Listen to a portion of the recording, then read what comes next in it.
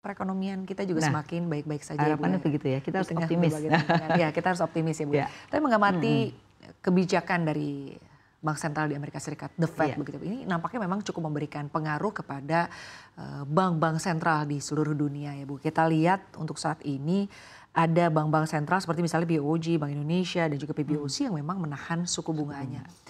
Menurut pengamatan Bu Afi sendiri, apakah langkah menahan suku bunga di situasi seperti saat ini, begitu ya, ini adalah langkah yang tepat atau sebetulnya ada hal-hal yang perlu diwaspadai Bu terkait dengan kebijakan Bank Sentral ini menahan suku bunganya? Iya, ini adalah suatu dilema sebenarnya buat sebuah bank sentral karena di satu sisi dia ingin menurunkan suku bunga supaya perekonomian berjalan. Tapi ketika dia harus menurunkan suku bunga maka juga akan cenderung berdampak kepada perekonomian juga gitu. Jadi itu dilema, Ya, maju kena muncul kena ya.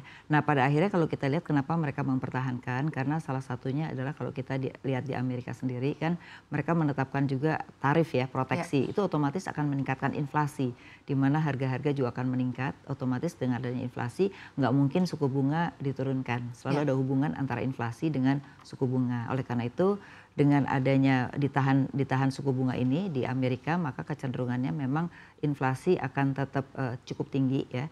Kemudian juga mereka akan menghadapi situasi yang tidak baik juga karena imigran-imigran ini kan juga akan kena sekitar 17% tenaga kerja itu adalah imigran. Ini juga pasti kena dampaknya juga gitu. Nah yang kedua juga kita lihat di Tiongkok. Tiongkok juga mempertahankan ya. Ya. Nah kita lihat karena memang pelemahan mata uangnya sudah cukup besar selama 16 bulan ini. Sehingga kalau mereka menurunkan suku bunga juga akan berdampak terhadap capital outflow.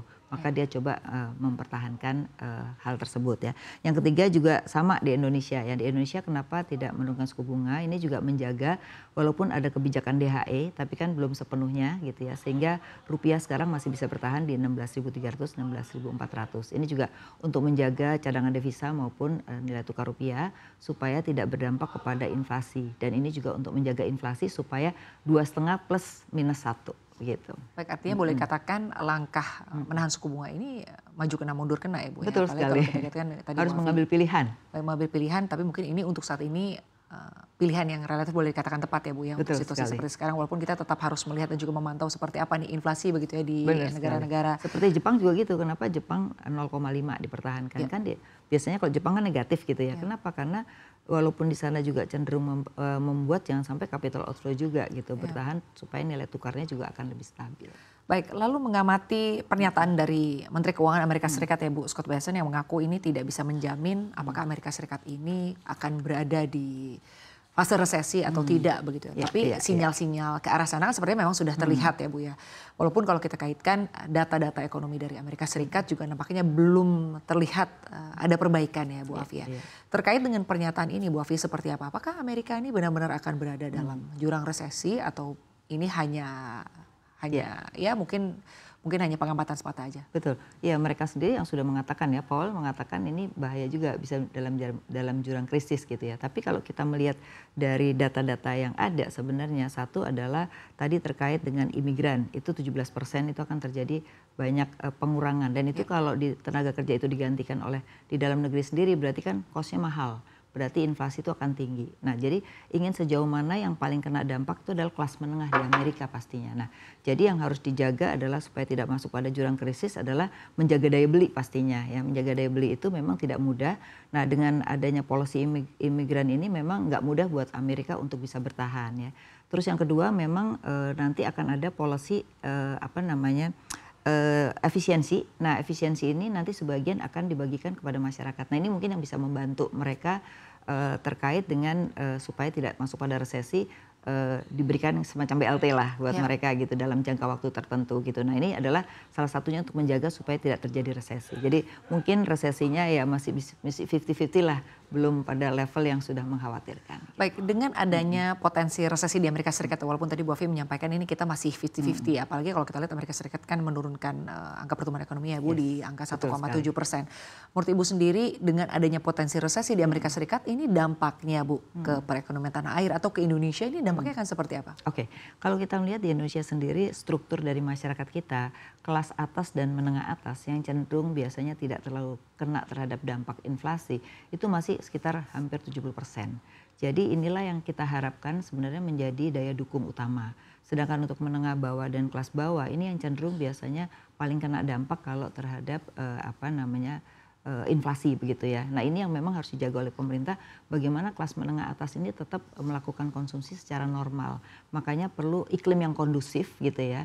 Terus ketakutan-ketakutan terhadap investor itu juga harus dikurangi agar tidak punya persepsi yang buruk terhadap policy-policy pemerintah gitu. Jadi memang ini kalau saya lihat dalam beberapa waktu ke depan ini dibutuhkan segala sesuatu tentang kepastian ya, baik itu kepastian hukum, kepastian kebijakan, agar mereka itu merasa nyaman untuk menempatkan dana di Indonesia gitu. Sehingga apa? Supaya rupiah kita bisa dijaga.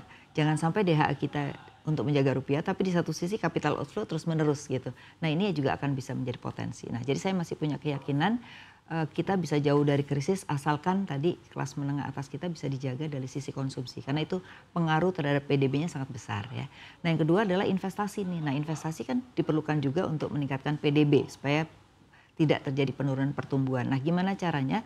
Kalau kita lihat sampai pertengahan Maret ini belum terjadi yang signifikan terhadap investasi. Nah karena kan Danantara masih jadi pro kontra gitu ya. Jadi saya melihatnya di sini adalah kemarin Presiden sudah manggil para pengusaha. Nah menurut saya ini mudah-mudahan ini membuat kepastian buat para pengusaha, minimal paling enggak mereka tetap mau berinvestasi sehingga itu bisa juga menjadi daya dukung pertumbuhan.